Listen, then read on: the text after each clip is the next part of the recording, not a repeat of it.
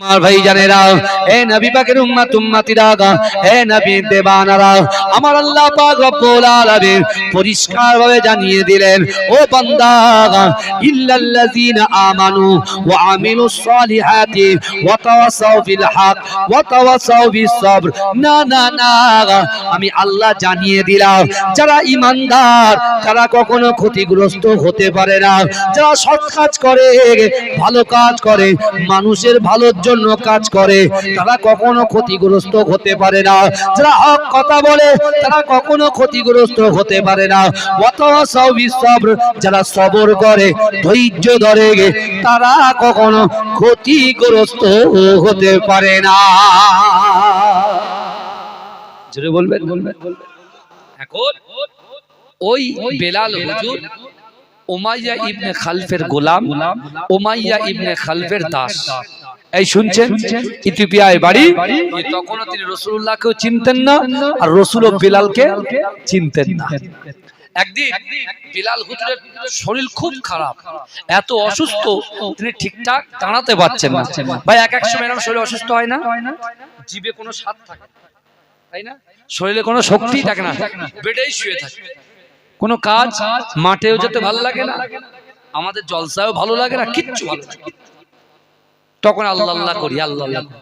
আর যেই ঠিক হয়ে যায়, স্বাদ চলে আসে, যৌবন শক্তি চলে আসে, তখন আমরা ভুলে যাই।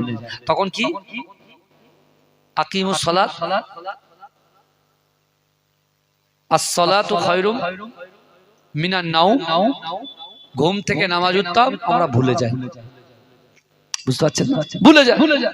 কিন্তু আমার বাবাজিরা একটু ভালো করে বোঝার চেষ্টা করে। বিশ্বনবী রাসূল সাল্লাল্লাহু আলাইহি ওয়াসাল্লাম তিনি নিজেই তার সাহাবাদেরকে শিক্ষা দিয়েছেন, কিন্তু বিশ্বনবী রাসূল সাল্লাল্লাহু আলাইহি ওয়াসাল্লামের ওই সাহাবা বেলাল থেকে আমরা শিক্ষা নিয়ে যাব যে বেলাল হুজুর রাসূলকে চেনে না, আর রাসূলও বেলাল হুজুরকে চেনে না। বেলাল হুজুর এত অসুস্থ, সেই দিনেই উমাইয়া এক বস্তা চাল এনেছেন। ক বস্তা চাল? এক বস্তা চাল এনে উমাইয়া বেলাল হুজুরকে বলছে, রে বেলাল, কিছুদিন পর আমার বাড়িতে মেহমান আসবে, তাদের দুম্বার ভুনা আর রুটি পাকিয়ে খাওয়াতে হবে। এই চালটাকে জাতা দিয়ে ভালো করে পিষে পিষে পিষে পিষে তোমাকে আটা বার করতে হবে। তা মালিক যখন বলেছে, গোলাম কি বলবে? না বলবে? বলবে না, সাহস হচ্ছে। তিনি কি করলেন? জোর করে নিলেন। নেওয়ার পরে রাতের বেলা যখন জাতা বসেছে, যখন জাতা নিজে হাতে ঘোরাচ্ছেন, কত কষ্ট। আগেকার মানুষরা জাতা চালাতো না, কথা বলে। আর বাবাজি বলতে পারবে 80 বছর বয়স, কত সহজ। হ্যাঁ, 80 বছর বয়স। ছোট হুজুর পীর কেবলাকে দেখেছে, আলহামদুলিল্লাহ। বুঝতে পেরেছেন না? আমাদের তো কত বয়স, হাঁটুর বয়স পাইনি এখন। কিন্তু আমার ভাইরা, বেলাল হুজুর কিছু আটা কমপ্লিট করে তিনি বেহুশ হয়ে পড়ে গেছে। যখন বেহুশ হয়ে পড়ে গেছে, উমাইয়া সকালে ঘরের ভিতরে ঢুকে দেখছেন বেলাল বেহুশ অবস্থায় পড়ে আছে, কিন্তু এখনো চাল হাফ পেরো বেশি রয়ে গেছে। বেলালকে পানি দিয়ে ডেকে তুলে বেলাল কাছে, কি ব্যাপার বেলাল, এখনো তুমি পুরো কাল কমপ্লিট করোনি? বেলাল বলছে, মালিক, আমার শরীরটা খুব অসুস্থ ছিল, আমি বেহুশ অবস্থায় পড়ে গেছিলাম। বেলাল বলছে, এই কথা শোনার সাথে সাথে উমাইয়া আমার বুকে এত জোরে লাথি মেরেছে যে আমি তার ঘরের সাথে তার যে খাজুর গাছের যে খুঁটি, সেই খুঁটিতে গিয়ে আমি লেগে গেছি। বলছে মৃত্যুর আগ পর্যন্ত যে জায়গায় উমাইয়া আমার লাথি মেরেছে, সেই জায়গায় আমি যন্ত্রণা অনুভব করেছি। কত কষ্ট দেখেন। তারপরে বেলাল হুজুর বলছেন যে এ উমাইয়া আমাকে ঘর থেকে বার করে দিয়েছে একটা ভুলের জন্য, এবং একদিন নয়, দুদিন নয়, 3 দিন ধরে উত্তপ্ত বালির উপরে খালি পায়ে, উত্তপ্ত রোদের মাঝখানে আমাকে রেখেছে। 3 দিন যাবত আমাকে কোনো খাওয়া দেয়নি। কিন্তু মক্কার যুবকেরা, মক্কার ছেলেরা, তারা সকলে আমার কাছে এসে আমাকে কেউ সাহায্য করেনি, বরঞ্চ অট্ট হাসিতে হেসেছে।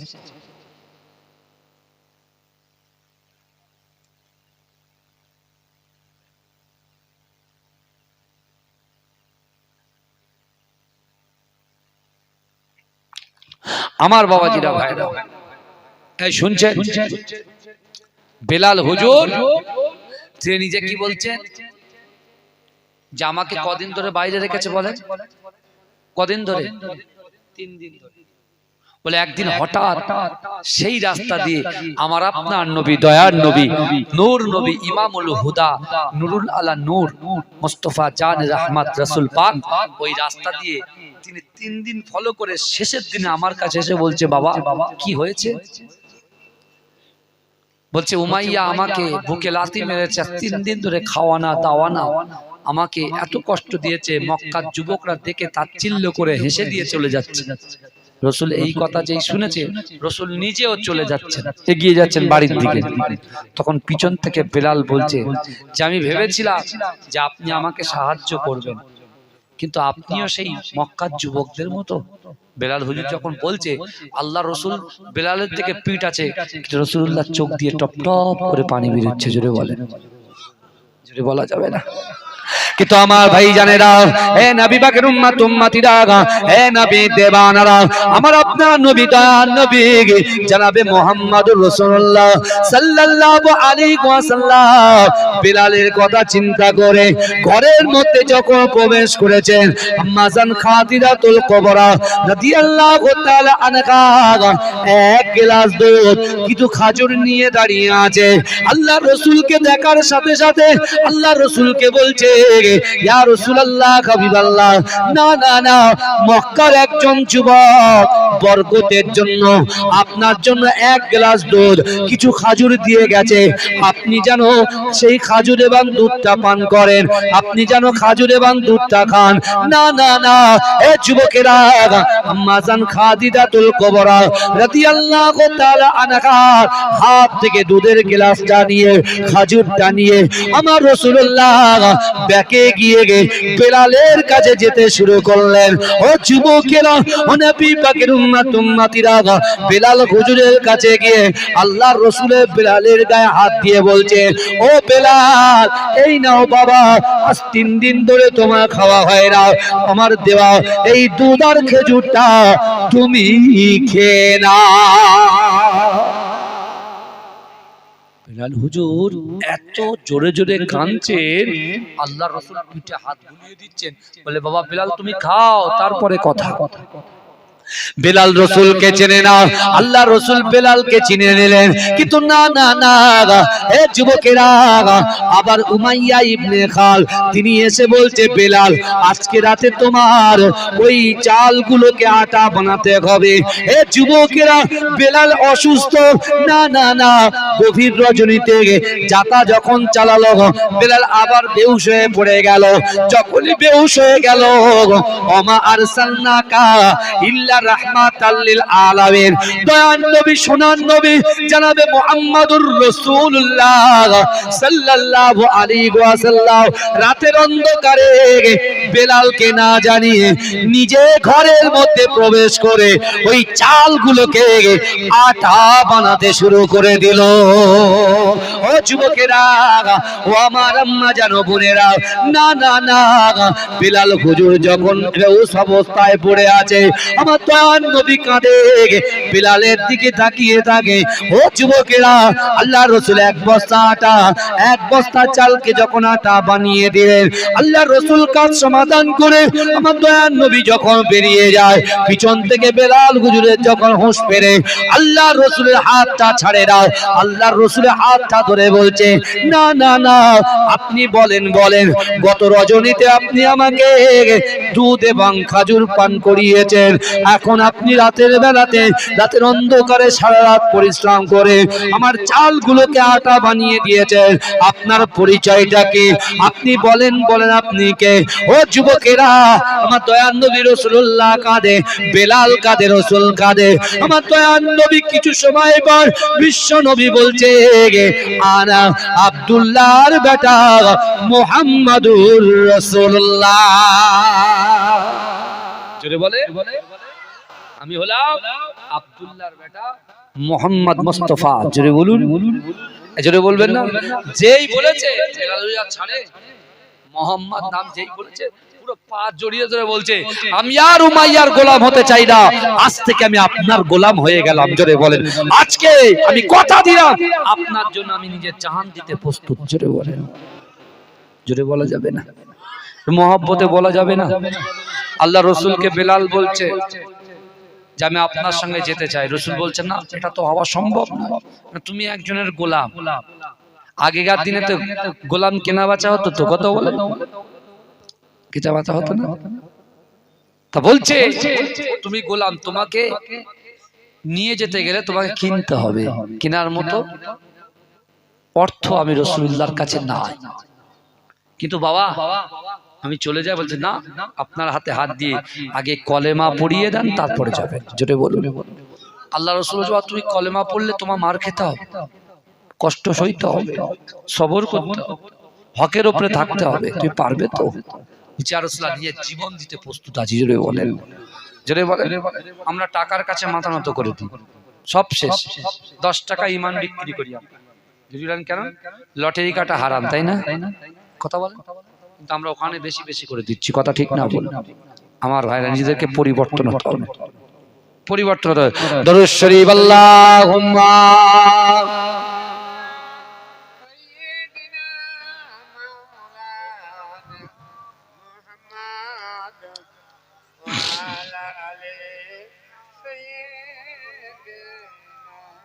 এই কারা কারা রাসূলুল্লাহকে ভালোবাসেন একটু হাত তোলেন সবাই মিলে। তাকবীরটা নারে তাকবীর, আরো জোরে পিকআপ বাড়াতে হবে। নারে তাকবীর। ভাই সাহেব হুজুর কেবলা বলুন জিন্দাবাদ। পীরজাদা সাইম সিদ্দিকী ভাইজান হুজুর কেবলা বলুন জিন্দাবাদ। নারে তাকবীর। আমি যখন হাত তুলবো জোরে সুবহানাল্লাহ হবে তো? ইনশাআল্লাহ বলেন। কত জোরে আওয়াজ হবে? আপনার গ্রামে আওয়াজ পৌঁছাবে তো? মাঠের মাঝখানে তো বসে আছে, শুনতে পাবে তো? একবার ট্রাই করে দেখি দিন, দেখি হাত তুলে। হ্যাঁ তো সুবহানাল্লাহ বলেন। দেখেন বাচ্চা বুঝছে, বয়স্ক বোঝে না। দেখি তোলেন। বেটা আওয়াজ আমার কাছে পৌঁছাচ্ছে না। বাবা আপনি হাত নামান, আপনার কষ্ট হবে। দেন আরো জোরে। যখন আমি হাত তুলবো জোরে সুবহানাল্লাহ হবে তো? ইনশাআল্লাহ। ওরে ও ভূমি মদিনার ভূমি, ওরে ও মাটি মদিনার মাটি, একদিকে দুই সাথী হাত, মাঝখানে আমার নবী জিন্দা শুয়ে রাত।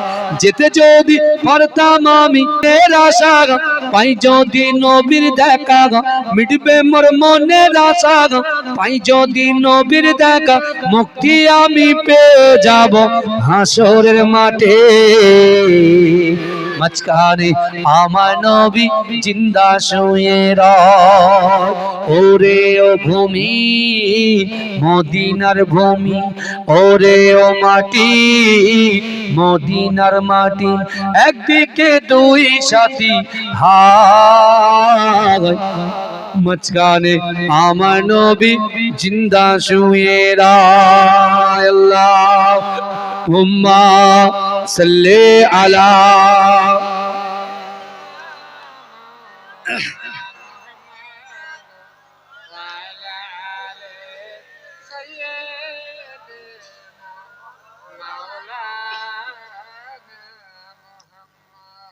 আমার বাবাজিরা ভাইরা, যে কথা আমি আপনাদেরকে বলছিলাম, আমার আল্লাহ কোরআন পাকের মধ্যে বললেন বান্দা নাহনু আকরাবু ইলাইহি মিন হাবলিল ওয়ারিদ।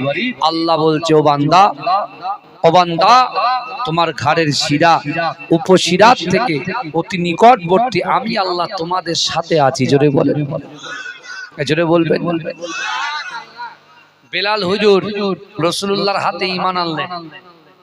ঈমান আনার পরে উমাইয়া ইবনে খালদ যখনই ঘরে প্রবেশ করেছে, বেলাল হুজুর ডাইরেক্ট অথবা সাবিল হক, তাই না? এই কথা বলেন।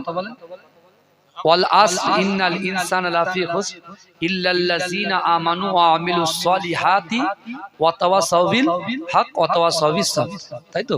ওই হক কথা একদম ডাইরেক্ট বলছেন, উমাইয়া শোনেন, আমি আপনার গোলাম হতে পারি, আপনার খেজুর বাগানে যা কাজ দেবেন আমি রাজি, কিন্তু আমি আজ থেকে কিন্তু মুহাম্মদ মুস্তাফার গোলাম হয়ে গেছি। জোরে বলবেন না? এখন একটা কওমকে কোণঠাসা করার চক্রান্ত করছে, তাই তো নাকি? তো এখন যদি আমরা ইউনিটি ভাগ হয়ে যায় তাহলে তারা তো আরো তো ভেঙে দেবে আমাদের। কথা বলে আমাদের ইউনিটিটা কাজে লাগাতে হবে, একে অপরের পরিপূরক হিসাবে চলতে হবে। বুঝতে পেরেছেন? আল্লাহ তো সেন্স দিয়েছে, বিবেক দিয়েছে, সেটা অ্যাপ্লাই করতে হবে। কি বুঝলেন? আল্লাহ কোরআন পাকের ভিতরে বলছে, বান্দা আহাসিবান নাসু আইয়ুতরাকু আইয়াকুলু আমান্না ওয়া হুম লা ইফতানুন।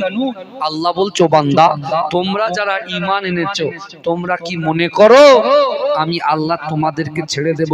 ওয়া হুম লা ইফতানুন, আমি আল্লাহ কি তোমাদের পরীক্ষা করব না? একজন ঈমানদারকে আল্লাহ কটা প্রশ্ন করবে? প্রথমে বলেছি কটা? পাঁচটা বিষয়ে পরীক্ষা করবে। তা বেলাল হুজুর ঈমান এনেছেন, উমাইয়া ইবনে খালদ তার চুলের মুঠিটা ধরে উত্তপ্ত বালিতে শুইয়ে দিয়ে বড় পাথর বুকে চাপা দিয়ে একটা চাবুক নিয়ে জোরে জোরে মারছে আর বলছে, তুই মুহাম্মাদের কলেমা ছেড়ে দে। বেলাল হুজুর যত মারে তত হাসতে হাসতে বলে, লা ইলাহা ইল্লাল্লাহ মুহাম্মাদুর রাসূলুল্লাহ। জোরে বলেন। আর আমার আল্লাহ বলে, বান্দা মান কানা লিল্লাহ কানা আল্লাহু লাহু, যে ব্যক্তি আমার হয়ে যায় আমি আল্লাহ তার হয়ে যায়। জোরে বলবেন না? বিলালকে যত মারে বেলাল বলে আহাদ আহাদ আহাদ। বিলালকে যত মারে জিকির করে আল্লাহ আল্লাহ জিকির করে। যদি বলে বাপ যখন ছেলেকে মাদ্রাসায় দিয়েছে ছেলে পালায়, কোন দোকানে কাজ করতে শিখতে দিয়েছে ছেলে পালায়, গ্রামের প্রাইমারি স্কুলে যায় ছেলে পালায়। তা বারবার পালাতে বাদ ফেড আপ হয়ে বলে, যা তোরা দেখবো না, যা পালা। তা বেলাল হুজুর কে তোমার মারছে, আর বেলাল হুজুরের জবান দিয়ে শুধু আল্লাহ আল্লাহ শব্দ বেরোচ্ছে, কখনো লা ইলাহা ইল্লাল্লাহ মুহাম্মাদুর রাসূলুল্লাহ। উমাইয়া ইবনে খালদ বলে, যা যা করিস করে যা, কিন্তু আমি তোকে ছাড়ছি না। বেলাল হুজুর যেই ছেড়ে দিয়েছে, যেই সুযোগ পেয়েছে ও কাবা শরীফ এসে কাবা শরীফ তওয়াফ করতে শুরু করে দিয়েছে। জোরে বলে, জোরে বলবেন না?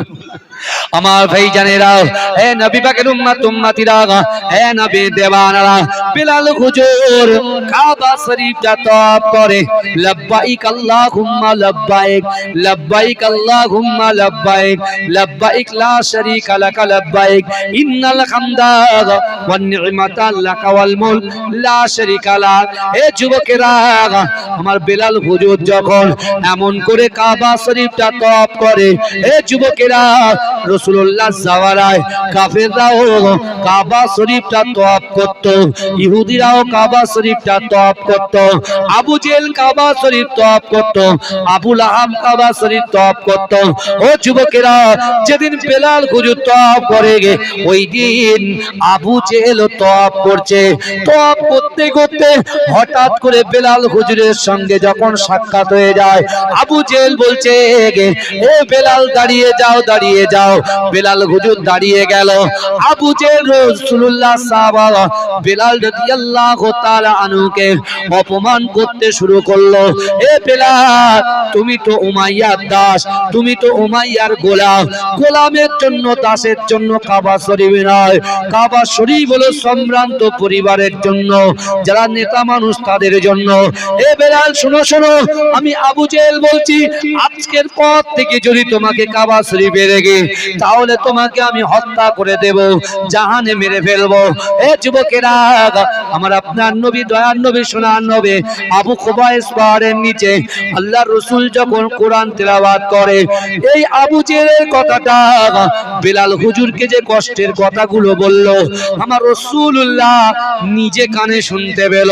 সাথে সাথে আমার দয়ার নবী আল্লাহর কাছে দুহাত তুলে ফরিয়াদ করে, ওগো রব্বুল আলামিন আল্লাহ, আমি মুহাম্মদুর রাসূলুল্লাহ, আপনি আমাকে সবর দেন, আমার সাহাবা বেলালকেও ধৈর্য ধরার ক্ষমতা দেন। জোরে বলবেন, বলবেন। রাসূল তো শুনেছে, জানে যে বেলালকে রাসূলুল্লাহ শুনেছে বেলালকে উমাইয়া রোজ কষ্ট দেয়, রোজ রোজ। কিন্তু আল্লাহর কাছে, রাসূলের কাছে তো অর্থ নাই, তাকে আজাদ করবে। রাসূল ফার্স্টেই বলেছে কষ্ট পেতে হবে, বেলাল কষ্ট সয়েই যাচ্ছে। আর যেই সুযোগ পেয়েছে কাবা শরীফে চলে গেছে। ওদিকে আরেকটা কাফের আবু জেহেল বলছে, তুমি একজন দাস, তুমি একজন গোলাম, তুমি কাবা শরীফ তওয়াফ করবে, এটা হতে পারে না। তোমার যদি দ্বিতীয় দিন দেখি তোমাকে কি করব? হত্যা করব। ভাই আল্লাহ সহজে কাউকে ধরে না, ধরলে পরে জোরে বলো না বাবা, হ্যাঁ ধরলে পরে ছাড়ে। এখন বেলাল হুজুরকে তাড়িয়ে দিয়েছে কাবা চত্বর থেকে। হ্যাঁ, যে বেলালের পায়ের আওয়াজ রাসূলুল্লাহ জান্নাতে গিয়ে শুনেছে। জোরে বলবেন, জোরে বলবেন, আমার সাথে পড়েন তো দেখি।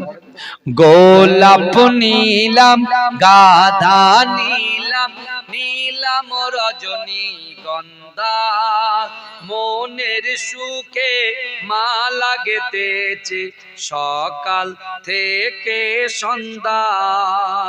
একবার দেখা দাও যদি ও গো কামলিওয়ালা, হাসি মুখে পরাবো তোমার হাজার ফুলের মালা।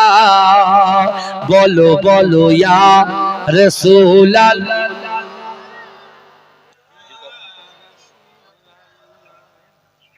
বলো বলো ইয়া রাসূলুল্লাহ, ইয়া হাবিবাল্লাহ। সাদা ফুলকে প্রশ্ন করি রংটি কোথায় পেলে, সাদা ফুলকে প্রশ্ন করি রংটি কোথায় পেলে। নবীজিরই নবীজিরই দাঁত মুবারক সাদা ছিল বলে, তাই সাদা ফুলকে তুলে তুলে কেটে রাখলাম মালা, হাসি মুখে পরাবো তোমার হাজার ফুলের মালা। বলো ইয়া রাসূলুল্লাহ, ইয়া হাবিবাল্লাহ, বলো ইয়া রাসূলুল্লাহ, ইয়া হাবিবাল্লাহ। কালো ফুলকে প্রশ্ন করি রংটি কোথায় পেলে, কালো ফুলকে প্রশ্ন করি রংটি কোথায় পেলে। নবীজিরই কেশ মোবারক কালো ছিল বলে, তাই কালো ফুলকে তুলে তুলে কেটে রাখলাম মালা, হাসি মুখে পরাবো তোমার হাজার ফুলের মালা। বলো ইয়া রাসূলুল্লাহ, ইয়া হাবিবাল্লাহ, আল্লাহুম্মা